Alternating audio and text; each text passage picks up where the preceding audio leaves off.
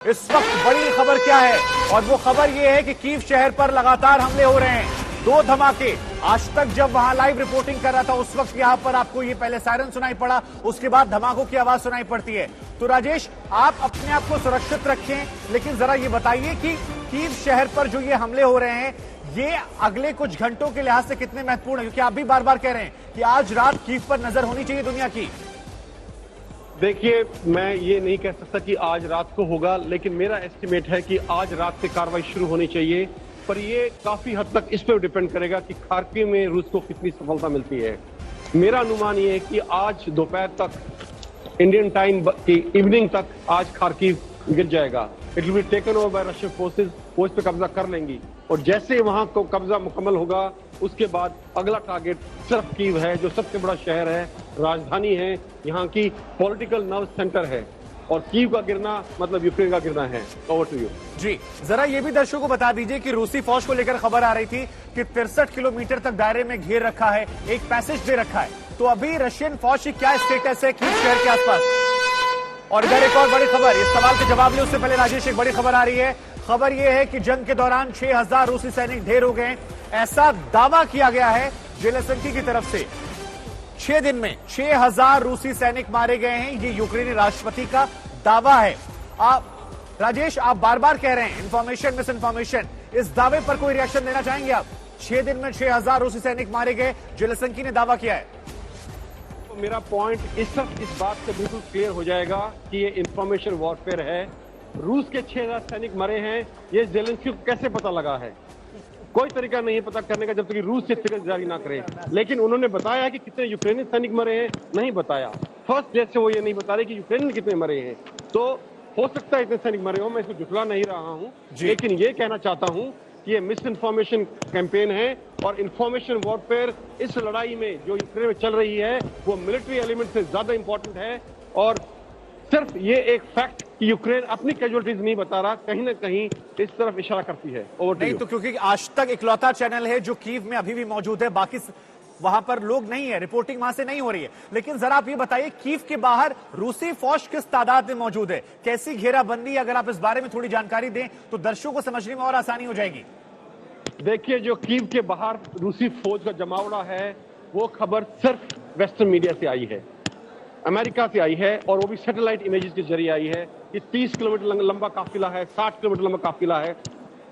ये कहना बहुत मुश्किल है कि वहां कितना जमावड़ा है, लेकिन ये निश्चित है कि काफी बड़ी मैकेनाइज्ड फोर्स और इन्फेंट्री वहां इस वक्त तैयार है किसी भी वक्त हमले के लिए, सिर्फ ऑर्डर्स का इंतजार है। Over to you. जी, एसजीपी सर, आप कुछ ऐड करना जल्दी से सर, उसके बाद मुझे फिर जाना होगा वहां पे। पहले तो मैं खार्किव के बारे में थोड़ा बताना चाहूंगा दोबारा।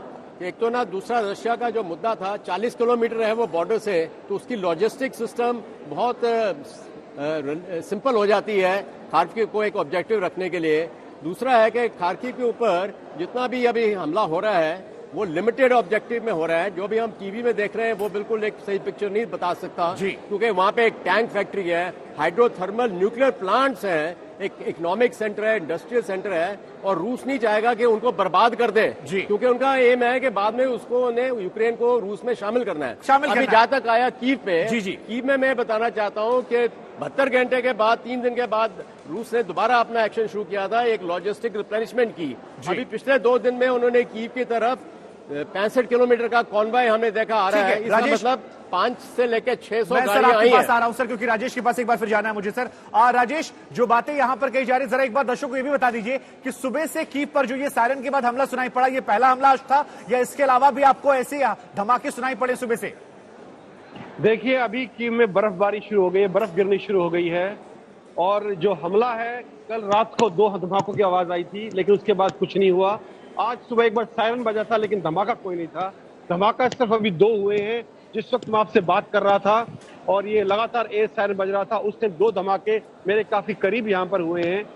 और जो ये कीव के बाहर फौज की जमावड़े की बात है, मैं नहीं मानता कि 65 किलोमीटर लंबी फौज वहां खड़ी है। इतनी लंबी नहीं है, क्योंकि इतना लंबा तो एरिया ही नहीं है। वो महज कीव 90 किलोमीटर दूर है बेलारूस की सीमा से, तो इतना ज्यादा नहीं है। लेकिन हाँ, काफी बड़ी संख्या में मैकेनाइज्ड फोर्सेज वहां इस टाइम खड़ी हैं, इन्फेंट्री तैनात है, हमले की तैयारी है। और नहीं, ये तो फिर हमला आप ये भी बता दीजिए कि क्या वजह है कि रशियन फौज एंटर नहीं कर पा रही या देरी क्यों हो रही थी अब तक? देखिए, इसमें सिर्फ एक मिलिट्री फैक्टर नहीं होता है। वॉर के बहुत सारे पहलू होते हैं, मिलिट्री फैक्टर सिर्फ एक पहलू होता है लड़ाई का। इसमें मैंने बताया आपको, इंफॉर्मेशन वॉरफेयर है, साइकोलॉजिकल वॉरफेयर है, डिप्लोमेसी भी साथ साथ चलती रहती है। और ये इसका जो कल बेलारूस बॉर्डर पे जो वार्ता हुई है वो इसका एक उदाहरण है। और आज दोबारा वार्ता होनी है, दूसरा राउंड होना है। तो डिप्लोमेसी साथ साथ चलती है, लड़ाई अकेले में नहीं होती है। और यही कारण है कि शायद रूसी सेना इंतजार कर रही है सेकेंड राउंड ऑफ टॉक्स का। अगर वो फेल हो जाती है तो शायद कीव के ऊपर ऑफेंसिव लॉन्च होगा, क्योंकि कीव पे हमला करने का मतलब है दोनों तरफ से बहुत ज्यादा खून खराबा, बहुत सारे लोगों की कैजुअलिटी, बहुत सारा इंफ्रास्ट्रक्चर डैमेज। इसके इम्प्लीकेशन सिर्फ कुछ टैंकों और कुछ सैनिकों तक सीमित नहीं है, इसके इम्प्लीकेशन बहुत बड़े हैं, बहुत दूर तक जाते हैं। इसलिए जब हमला होगा तो डिसाइसिव होगा, और इसीलिए वो इंतजार कर रहे हैं कि शायद ये बात, जो कि चांसेस बहुत कम है, आज जो बात होनी है उससे कुछ निष्कर्ष निकल जाए। नहीं, तो जो ये कैजुअलिटीज की बात आ रही है, क्या ये माने हम कि जो बड़े हमले हो रहे हैं उसकी ये कैजुअलिटीज हैं? ये जानबूझकर आवाम पर हमला नहीं किया गया अब तक। रशियन फौज थोड़ा बहुत उन्हें कोशिश कर रही है कि उनसे दूरी बनाई जाए, आवाम को टारगेट ना बनाया जाए या आवाम को इस युद्ध से दूर रखा जाए। देखिए, मैं आपको इसी एक और आपको उदाहरण देता हूं, डिस इन्फॉर्मेशन कैंपेन का, जो इन्फॉर्मेशन वॉरफेयर चल रही है, इसका एक उदाहरण देता हूं। रशिया बार बार ये कह रहा है कि जो यूक्रेनियन सेना है वो सिविलियंस और बच्चों को ह्यूमन शील्ड के तौर पर इस्तेमाल कर रही है, जो मुझे नहीं लगता कि सच है। वो दूसरी तरफ यूक्रेनियन फौज कह रही है कि जो रशियन फौज है वो जानबूझकर सिविलियन टारगेट कर रही है, तो वो भी मुझे नहीं लगता कि ठीक है। तो उसमें भी कहीं ना कहीं गलत है। I'm not recording, it is live TV. I'm not recording. ठीक है, ये Это देखिए, нет recording. Я журналист, это нет recording. Я индус журналист. Хорошо. Да. Спасибо. Sorry, I was interrupted by these army people. They thought I'm recording them.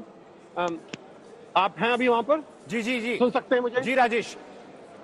Okay, तो मैं बोल रहा हूं, जहां ना तो मुझे लगता है कि रशियन आर्मी जो है, हमारी यूक्रेनियन आर्मी सिविलियंस को ह्यूमन शील्ड के तौर पे यूज कर रही है, ना मैं ये मानता हूं कि रशियन आर्मी जानबूझ के सिविलियंस पे हमला कर रही है। दोनों तरफ से मिस इन्फॉर्मेशन कैंपेन है, और इस मिस इन्फॉर्मेशन कैंपेन में हम ये देख रहे हैं कहीं ना कहीं अमेरिका, नेटो और यूक्रेन जो इकट्ठा मिस इन्फॉर्मेशन कैंपेन कर रहे हैं, जीतते हुए दिख रहे हैं, क्योंकि पूरे मीडिया पर, पूरी दुनिया में इस वक्त उनका ही नैरेटिव कामयाब होता दिख रहा है, क्योंकि पूरा कब्जा उनका है। कोई और, रशिया अपने व्यूज कहीं भी किसी तक नहीं पहुंचा पा रहा है अभी, तो वो इसमें कुछ नहीं कर सकते, और वो ये लड़ाई इंफॉर्मेशन वॉरफेयर के फ्रंट पर हारते हुए दिख रहे हैं। राजेश, कल एक तस्वीर हमने और देखी थी कि यूक्रेनियन फौज जो है वो हाथों में झंडा लेकर कीव में घूम रहे थे। अभी आप जब यहाँ लाइव कर रहे थे तो हमने देखा यूक्रेनियन फौज के जवान आ गए। तो क्या स्थिति वहां पर है कीव शहर की, जरा आप समझाएंगे कितना मुश्किल हो गया है वहां शहर में रिपोर्टिंग करना, या वहां पे यूक्रेनियन फौज के लिहाज से भी? क्योंकि कल हमने देखा वो हाथों में झंडे लेकर घूम रहे थे। देखिए, कल वो जो लोग हाथों में झंडे लेकर घूम रहे थे, मैंने उनसे पूछा कि आप हाथों में झंडे लेकर क्यों घूम रहे हैं? आपका देश है, आपकी राजधानी है, मैं दिल्ली में तिरंगा लेकर थोड़ी घूमूंगा दिखाने के लिए कि मैं हिंदुस्तानी हूं, तो ये आप ऐसा क्यों कर रहे हो? तो उनका कहना था कि काफी लोग यहाँ इन्फिल्ट्रेट कर चुके हैं, जो रशियन एजेंट्स हैं और रशियन स्पेशल फोर्सेस के आदमी हैं, उनके ऊपर फायर ना हो कहीं किसी खिड़की से या कहीं से, या उन्हें गलत तरह समझा जाए और ये समझा जाए कि यूक्रेनियन है, इसलिए वो यूक्रेन झंडा लेकर साथ में चल रहे हैं। यूनिफॉर्म पहनने के बावजूद, यूनिफॉर्म उन्होंने पहन रखी थी, फिर भी वो झंडा लेके चल रहे थे, उसका ये कारण था।